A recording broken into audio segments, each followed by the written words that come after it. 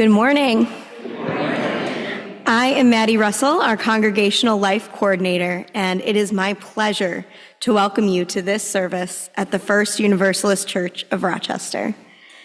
If you're here for the first time this morning, we especially welcome you. Thank you for making it to our worshiping community today. Please remain for coffee hour after the service for connection and fellowship. There is a visitor's form that can be found on the back of your order of service or by clicking the link in the chat. Please fill this out so that we can offer you a welcome beyond what we can offer you here on a Sunday morning. If you're looking to be part of our welcoming ministry here at First Universalist, please sign up to offer coffee hour. Partnering with others is always encouraged. In the month of January, our Unitarian Universalist congregations are engaging in a three-way pulpit swap. First Universalist, First Unitarian, and the Unitarian Universalist Church of Canandaigua are exchanging ministers to talk about gender and equity. Today we are joined by Reverend A.J. VanTine from the First Unitarian Church. Thank you and welcome. And before we take a moment to turn to our neighbor, let's take a moment to turn towards the camera and to greet our online worshiping community with a wave. And if you're online, please feel free to pop into the chat to offer a greeting.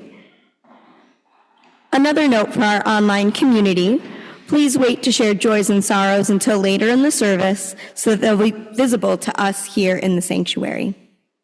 And if you're here at First Universalist, please take a moment to turn to your neighbor this morning and say hello.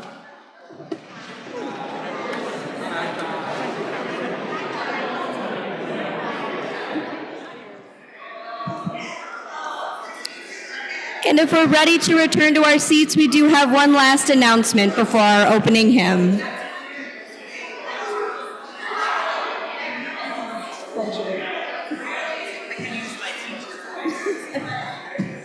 push this under here for you. I'm not vertically thrust.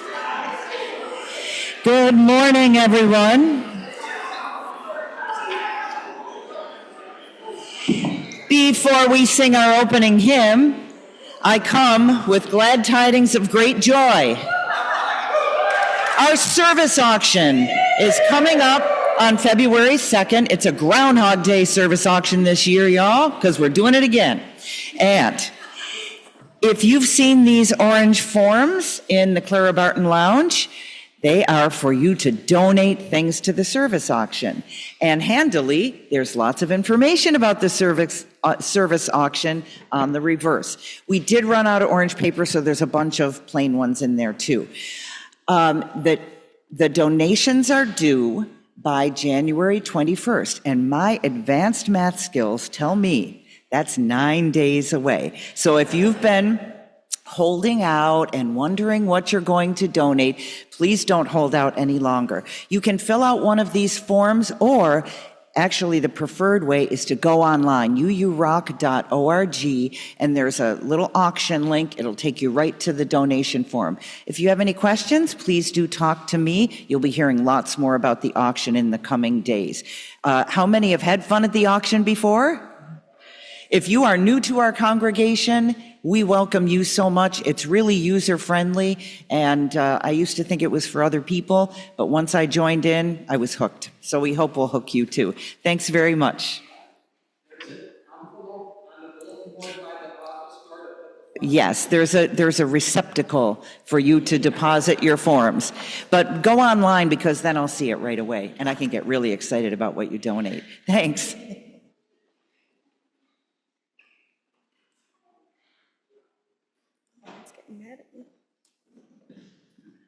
I'll be finding our opening hymn in just a moment. Thank you. Hymn number 16. Please rise and bow your spirit and join us in singing our opening hymn.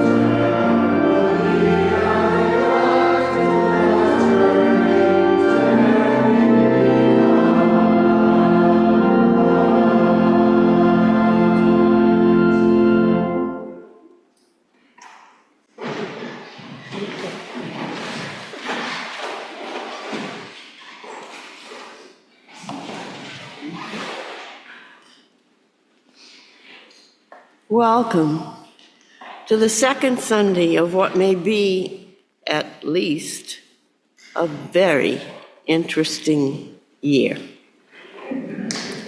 This is a year that our willingness to learn new ideas, to be generous with our love and support, to lead the way in loving one another is needed more than ever. In her poem, Our Lives Intersect and Intertwine, Tanya Marquez speaks of the mystery of meeting, the miracle that our paths cross at any given time, and the joy of being able to interact with one another. It is a wonder and mystery that our paths cross, that in the immensity of time, in the vastness of space, we coincide here. I am in awe at the ways in which our lives intersect and intertwine at the beauty we create when we gather. May our coming together make us more compassionate, more just, more caring, and more loving. May our hearts and minds be open to this offering.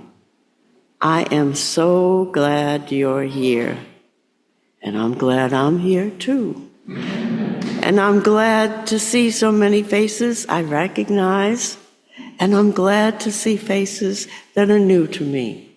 Welcome, everyone. Let us worship.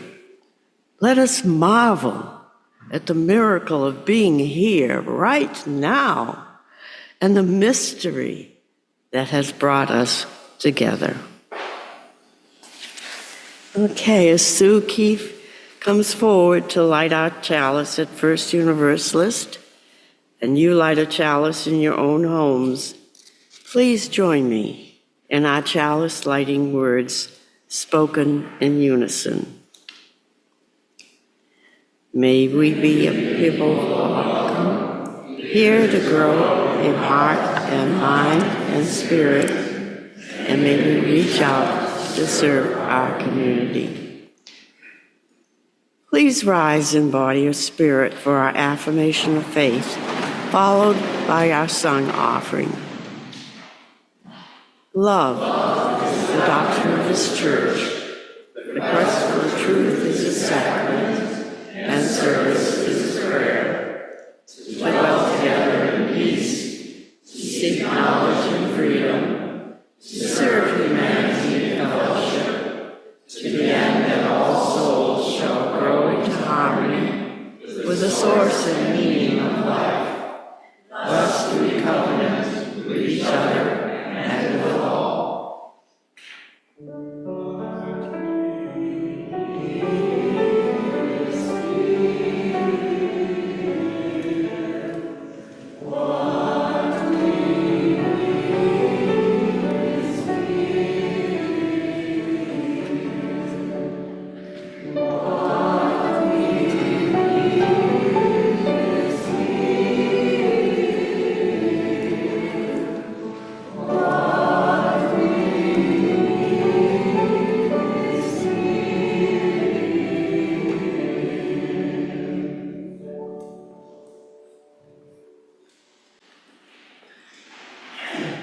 We are blessed to be able to gather together, to be able to support the goals that we mutually support.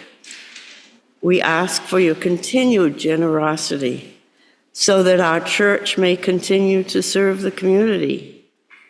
This morning's offering will now be gratefully received. Please place your offering in the offering basket or give online by scanning the QR code on the back of your order of service. For folks online, please click the link in the chat to give to First Universalist Church. Thank you.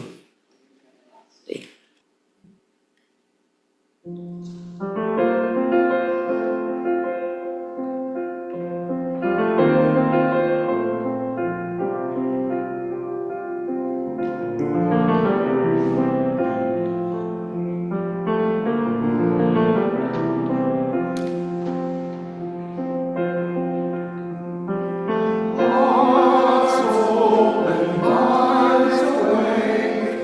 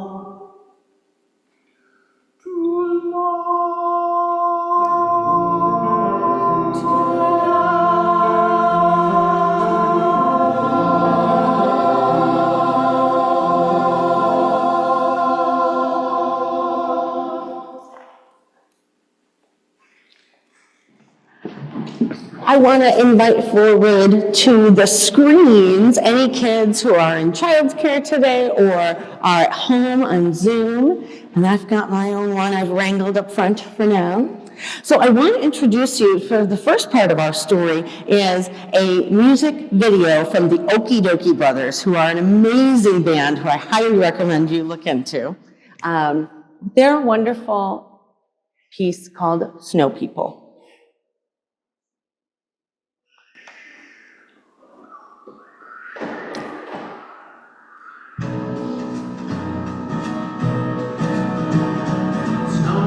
Get a scarf and a carrot for a nose, black hat, black pipe, black boots, I suppose. Snow ladies get a necklace and a skirt down their hips, red bow, red cheeks, red licorice lips. But why do we roll up circles just to put them inside a square, showing them who they should be by telling them what they can wear? This one here's telling me what fits them best, and it's an evergreen tie with a white birch bark dress, a lavender hat, and an orange peel smile. Snow people find their own natural style. So why do we roll up circles just to put them inside a square? Snowmen and snow ladies are words they don't have to wear.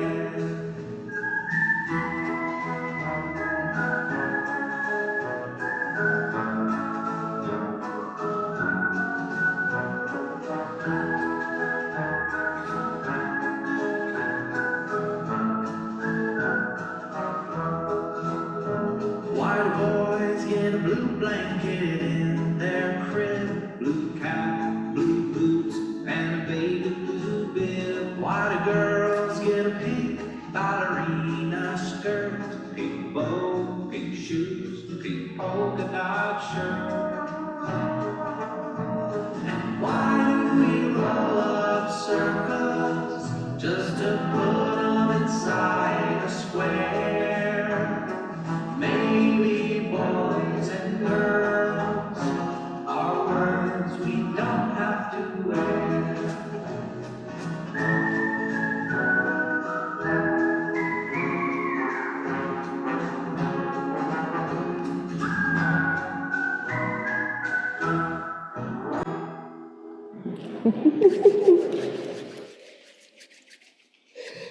So some of you know this about my family, that we have a whole different wardrobe because we are in the SCA, the Society for Creative Anachronism, which is kind of like medieval reenactment, but it's creative anachronism. We don't have to do things exactly according to historical period. Like when you sign into an event, they will usually have a basket with pronoun pins. This is one of the few places besides church that I find this. And we'll go in, and it's interesting bringing a kid in because they're just like, all the rules don't have to apply here. And it's like, oh, I don't want to wear a dress. Like, well, it's a tunic. And people of all gender orientations wear all different lengths of tunic. And if you want a short one, that's fine. Same thing with hair. There's many men with long hair and many women with short hair. And our family is very involved with the fighting. We like hitting people with sticks and wearing armor. And there's no rules to that either. Like you can see a ponytail coming out of a helmet, and you don't even know necessarily who's in there. You know people when you know people, and it doesn't tell you necessarily, and there's no rules, especially in the past 10 years. I would say we now have 10 to 20% of our fighters identify as women, which is excellent and very cool. So there's no rules as to what you get involved in. I love that there's a lot more people identifying as men in my embroidery classes and in my cooking classes than I saw maybe 25 years ago. It's one of my favorite places where things don't have to follow confining rules. It's who wants to cook, who wants to embroider, who wants to hit people with sticks. And there's no rules about who can do that other than if you have the desire and the ability to do so. So I invite you to look it up. If you have the ability to look up On the Fringe or Off the Cuff. The first episode is about the SCA and Pensive War and things like that. But to remember that when you decide what you're going to wear, or if maybe you make a judgment of what someone else is wearing and be like, wait a minute, that's not my judgment. That's something someone gave to me when I was little. And you don't have to apply those rules anymore. People can be free to have their favorite color be rainbow and never be given any guff about it, which is one of the things I love for my son that would have never flown when I was a kid. So thank you for being some of the people out there supporting and encouraging people to be who they are, no matter what that looks like. These are words, boys and girls are words that we don't have to wear. And now, being the second Sunday of the month, we are collecting non-perishable foods or funds for the community covered on Nestor Street. And if you have not already brought those forward, I invite you to do so or raise your hand and our ushers can come and grab those from you. Thank you so much.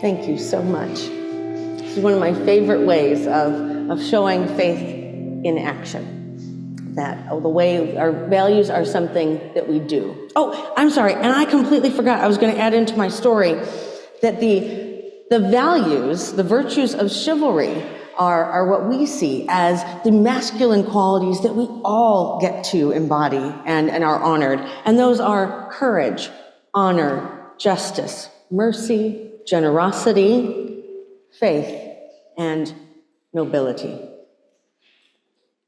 Please join me in singing our doxology.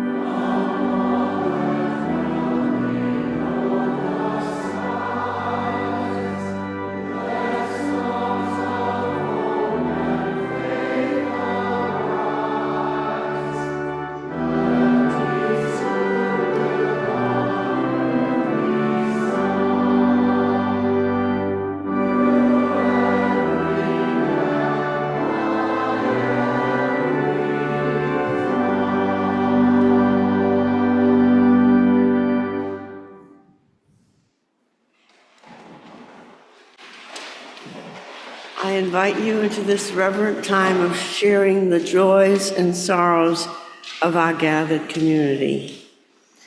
If you would like to, you can place your hand over your heart to be able to listen from this heart-centered place.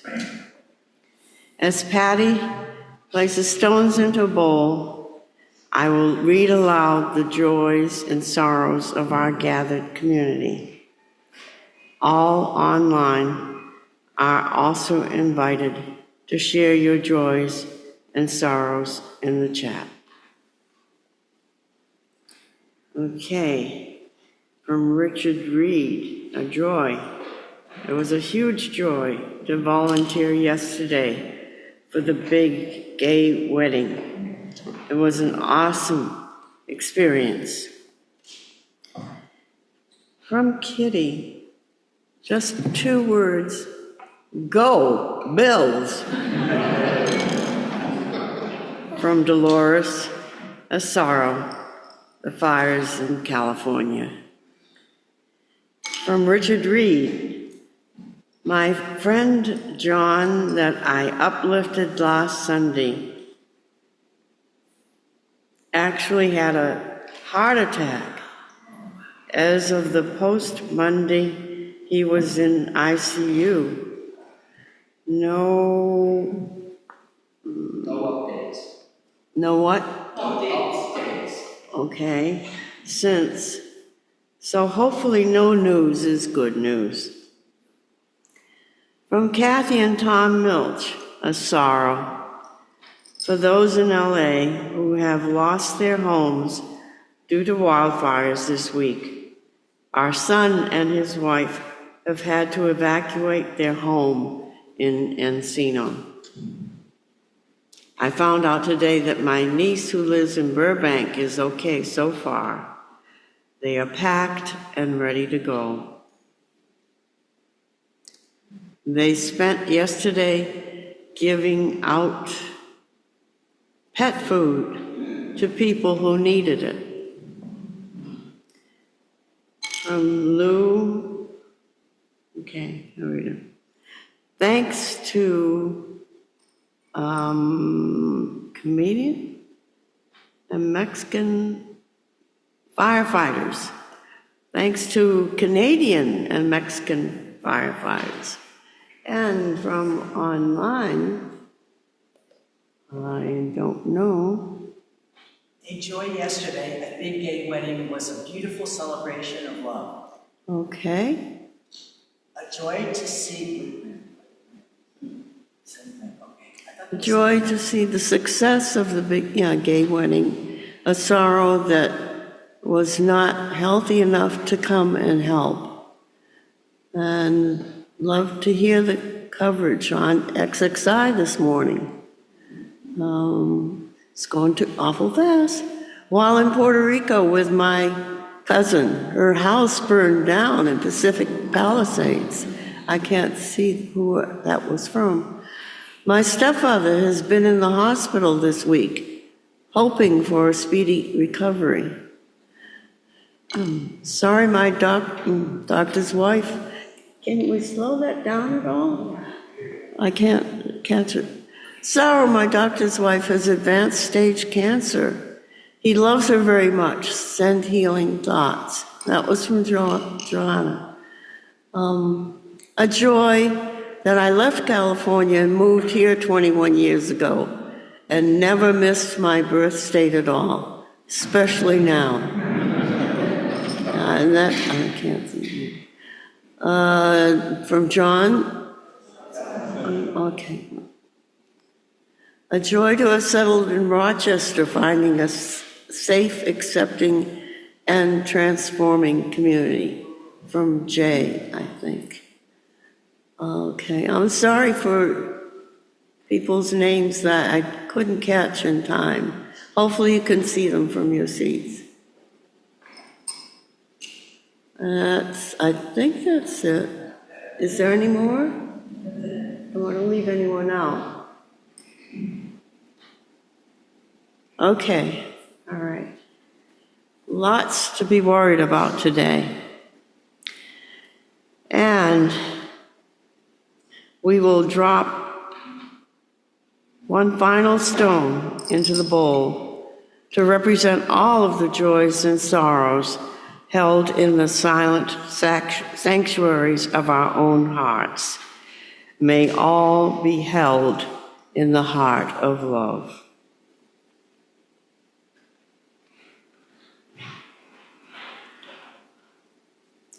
We hold this morning that this church is a worshiping community that is meeting in a time of war. We acknowledge the wars and conflicts that are happening in Israel, Palestine, Ukraine, the Congo, and Sudan. We acknowledge that there are conflicts and wars happening that we are not even aware of. We earnestly pray for these wars to cease.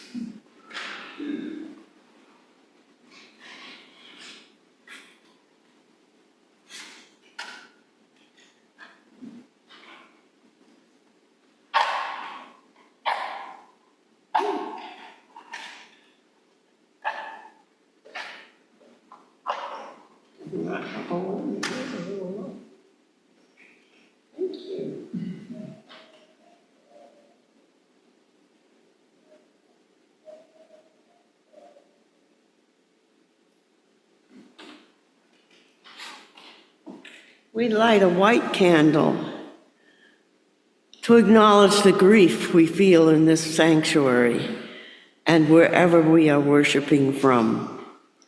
Let us be connected by our grief.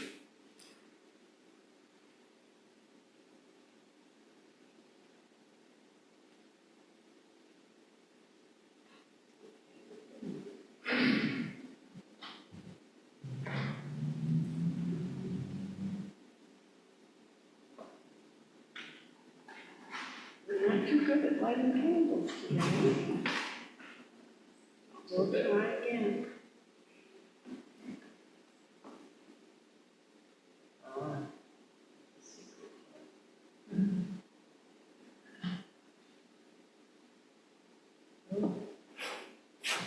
Thank you.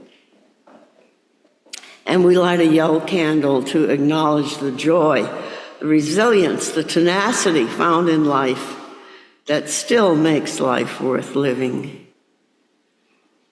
Let us be connected by joy to those living through the direct impact and loss while at war in their homes, backyards, and country.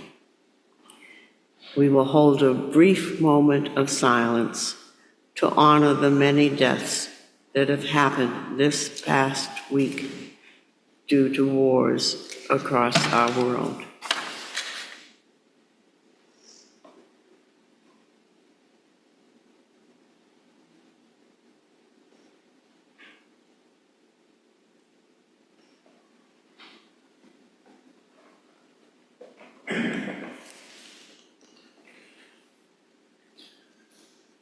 Please join me now in the spirit of meditation, reflection, and prayer. As I offer a prayer for 8th grade boys, a prayer for 8th grade boys and all within us that is faced with loneliness, rejection, and disconnection. Spirit of the divine masculine, grant us the strength to nurture in ourselves and in every young person we have the privilege to know the gifts of patience, curiosity, and compassion. For you who feel rejected or not enough, for you who feel the unfairness of the world but don't know what to do with it, may your longing for belonging be met with compassion as well as structure. And as you strive for your place in this world, may you always choose the gentler, more cautious, and wiser ways of being. As you explore reactions and test limits, may your edgy jokes be met with firm boundaries rooted in curiosity rather than shame. As you practice tenderness and vulnerability, may your heartfelt tears be met with warm embraces infused by solidarity rather than ridicule. As you experience the highs and lows of life, may you feel your every emotion fully, naming and making friends with each one. As you gather knowledge and chart your own path, may you be savvy to the lies of charlatans who would tempt you with the easy path of blaming others. As you seek companionship and physical affection, may you respect boundaries and strive for mutually beneficial relationships of trust and safety. As you make friends and build community, may they bear the marks of true belonging. The belonging that doesn't make you cut off parts of your own self to fit in. The belonging that doesn't ask you to blame others. The A belonging that doesn't require you to treat others as less than human. A belonging that welcomes all your joy and sorrow and anger and confusion and humor and experiments and mistakes and loves you through it all. With a love that will tell you when your words and actions hurt others, with a love that will heal your own hurt as well. May you grow strong by showing compassion, grow brave by being vulnerable, grow wise by thinking critically, grow fair by listening deeply, grow virtuous by accepting boundaries, grow powerful by seeking truth, grow resilient by knowing thyself. May you and may all know love. May you and may we all choose gentleness. And may we all flourish into the great potential unfolding before us.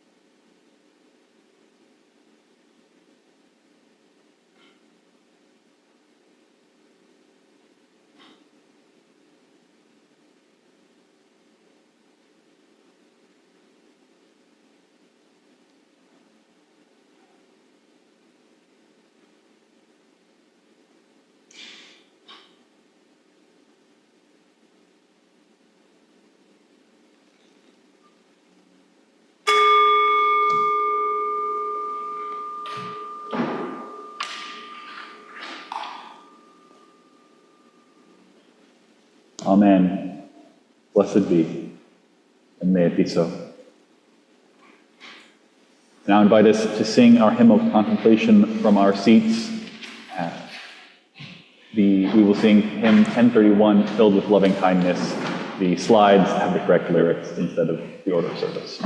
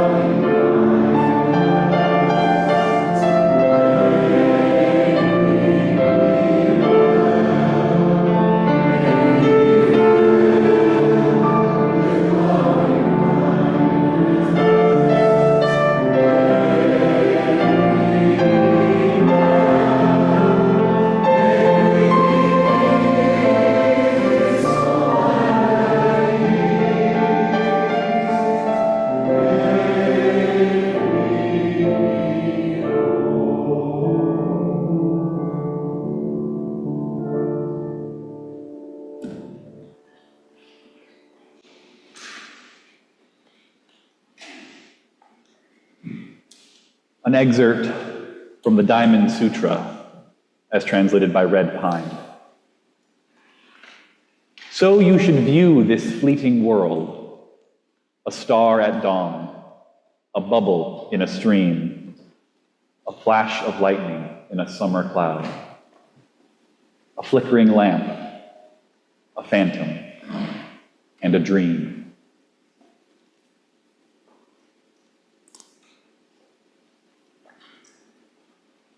Have you ever had a haircut that made you feel just so good about yourself? During the early stages of the pandemic, among the least of our worries, you may recall that there were, at least in my experience, many deferred haircuts for a lot of people. And coming out of the height of that quarantine, I had my hair a little bit shorter, but a few years ago, a friend of mine I saw got their hair cut much shorter from after this deferment. And a large reason that they did that was because for them, a shorter haircut better reflected their own queer gender. I found myself envious of them and how good they felt and looked with their haircut, but I wasn't envious of their specific haircut. But it was of that good feeling, that feeling of gender euphoria, the feeling of rightness in expressing one's own gender to the world and to oneself. And so I realized that this was after a period for me of about 10 or so years of trying to make a shorter haircut work, that I really should re-embrace something to the longer hair of my youth, which you see before you now. And this experience caused me to reflect on my own gender. I am a man, I identify as a man, but I prefer to have long hair. Is that a slightly feminine dimension to my gender, to an otherwise mostly masculine presentation? The answer I came to is no. For me, being a man and appearing the way that I want to in my gender happens to mean having longer hair. Now, this is one of the ways that gender expansiveness and liberation like that expressed in the Okie Dokie Brothers song, I think helps people of all genders, not just those of historically marginalized or those queering or fully busting out of the gender binaries. I am not trans, I am not queer, but being able to understand and embrace that my own physical appearance and my preferred expression is a part of my gender, and it can be whatever is meaningful to me and however I understand masculinity and being a man. That frees me from being boxed into society's assumptions or assignments for how I ought to look or behave if I consider myself a man, just like the snow people. I've learned that my gender expression, what is manly or what brings gender euphoria for me, may not be the same. In fact, it is not the same as it is for other men. And the same thing that brings me euphoria may bring gender euphoria of a different gender to a different person. Again, long hair on a woman may make someone feel very feminine. Turns out short or long hair is not the essence or even related to the essence of being a man or a woman. Neither is facial hair, nor dressing a certain way, nor being physically strong, nor assertive or aggressive. In fact, for the life of me, I haven't been able to find any essential or exclusive characteristic of masculinity. I can make a descriptive generalization of the ways that most masculine folks or feminine folks present in a particular society, but for every general trend, of course, there are obvious counterexamples. I also want to be clear, the question of traits, qualities of gender, those things of aggression or nurturing, those become more complicated to talk about than clothes or appearance, of course, but they're also more important because, quite frankly, there is no moral value in whether I wear my hair short or long, but there is an ethical dimension to whether I treat people with kindness, patience, compassion, and generosity.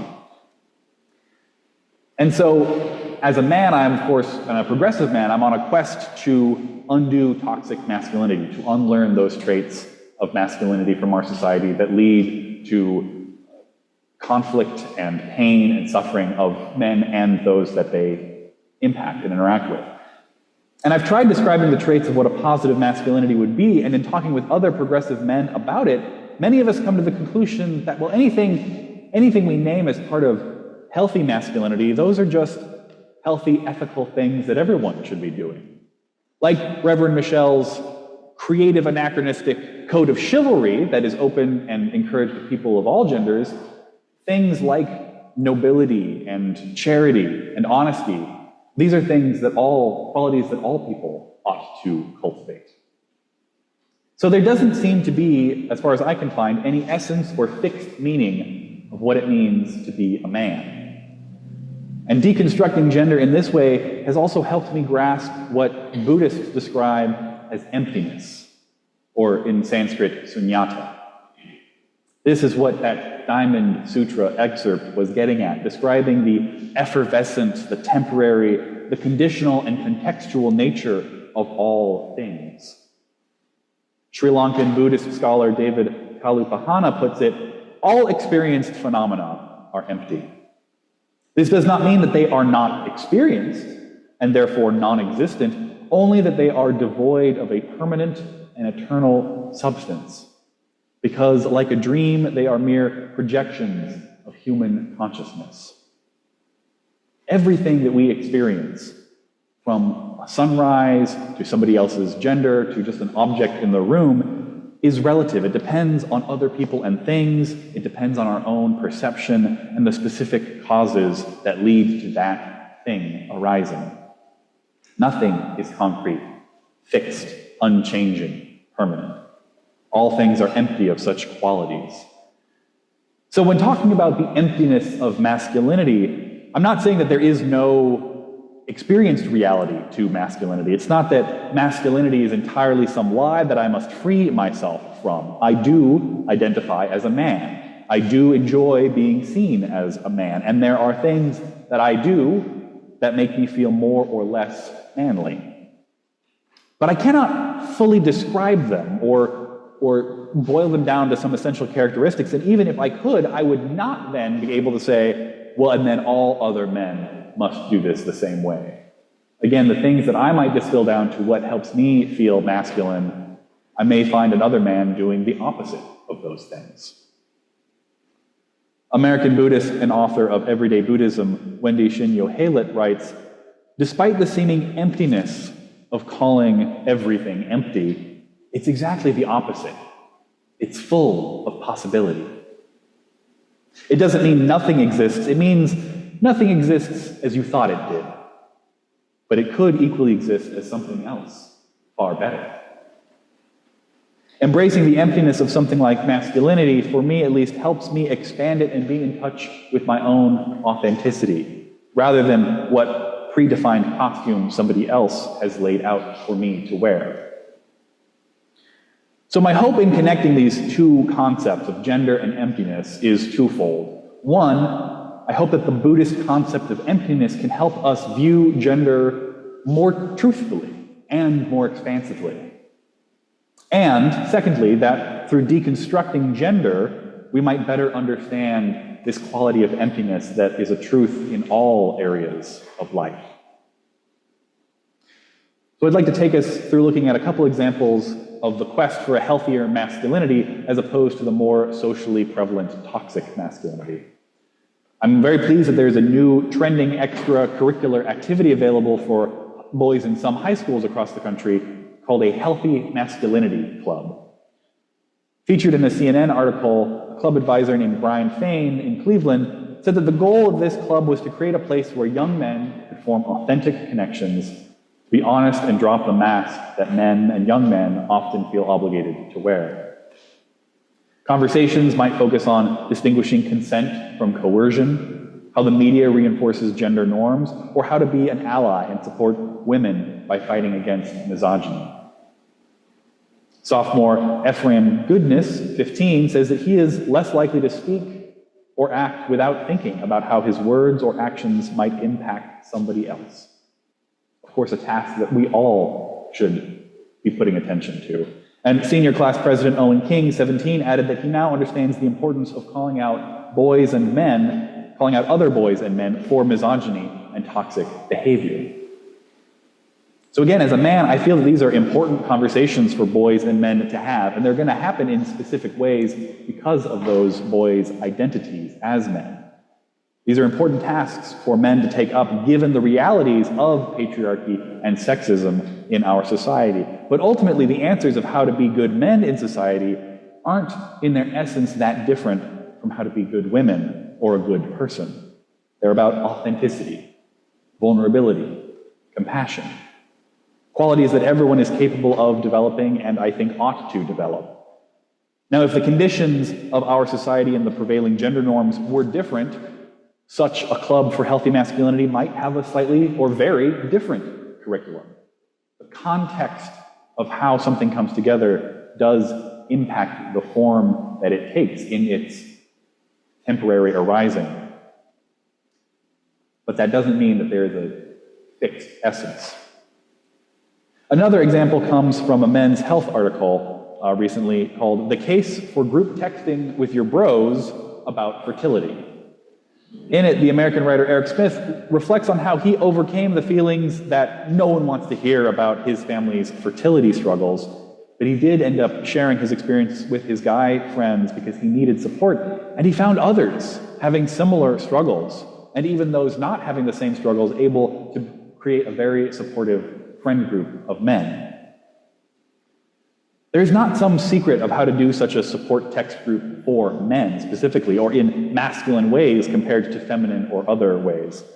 Again, there may be specific qualities or tactics arising from the fact that the men in such a group are likely to have been socialized as men and therefore might not have the skills for seeking or offering emotional support as readily as those socialized as women. But the solution to that situation isn't that there is some essential, special way that men support one another and will always have to support one another and are limited to supporting each other in that way. Rather, the solution is based on the skills and the experiences and the relationships, really of those specific people in the group, right? While there might be some things in common with any support group of men in our particular culture, each individual group is going to inevitably have its own personality, its own uniqueness, its own traits, its own struggles that the particular people in that group are going through. So each support group for men's fertility, each high school club for healthy masculinity is going to be slightly different, and each of these are going to be devoid of a permanent or eternal substance. What they're really about, in my view, are things that people of all genders should be pursuing. Part of what informs a healthy masculinity is the same thing that informs the shorter-term strategies of feminism or any other freedom struggle, that is, the parameters of the oppression itself. In this case, the specifics of how gender stereotypes and roles are presented and enforced. That is what guides the curriculum for developing a healthy masculinity. Part of learning healthy masculinity, for example, is learning to be vulnerable. Not because men are inherently bad at this and need to learn this lesson more than others, but because the current and historical cultural conditions have promoted the idea that vulnerability is a feminine trait and not something that men should experience or express. And this, of course, has been a detriment to men's own maturity and self-knowledge as much as it has led to ill treatment of women and others. Again, to say that masculinity is empty is not to say that it is worthless or meaningless as a concept or not real, but it is to say that masculinity and gender are, like all things, actually much, much more, and at the same time, much less than any of our feeble attempts to define them. We go astray when we try to limit somebody else's experience or expression of gender, including when we do it to ourselves. Instead, by seeing the emptiness of something like masculinity, I, as a man, can be freed to become my best, most authentic, most vulnerable, healthiest version of myself. As the club advisor for the Healthy Masculinity Club in Cleveland, Brian Fain, said it, instead of masculinity being a static frame of mind, it's more a constant state of reflection on how you move in the world and how it impacts other people, especially those who you're closest with. There are an infinite number of ways to show up as a man in our world. Or put another way, by the 3rd century Buddhist philosopher Nagarjuna, all is possible when emptiness is possible. Nothing is possible when emptiness emptiness is impossible. May it be so ever. Please join me now in rising in voice, body, or spirit and singing hymn 347, Gather the Spirit.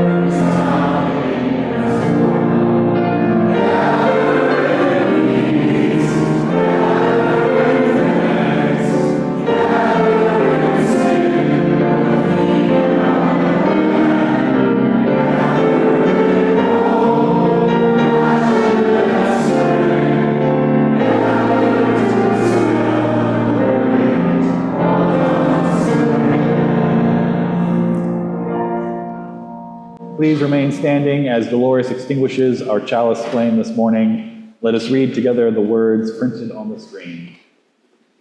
We extinguish this flame, but we keep its light in our hearts with this message of love and justice, taking it outside these walls to the world we live in until we are together again. As we close our service this morning, I invite you to place a hand over your heart. If you are joining us online, I invite you to turn your settings to gallery view and to look upon the faces of those here with you. Those in the room, take a moment to look around at those with you here today.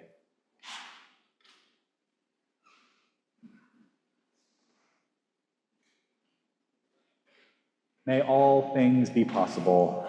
May we know and express our own authentic gender and support others in doing the same, holding all at once both reverence and humility for the emptiness of it all.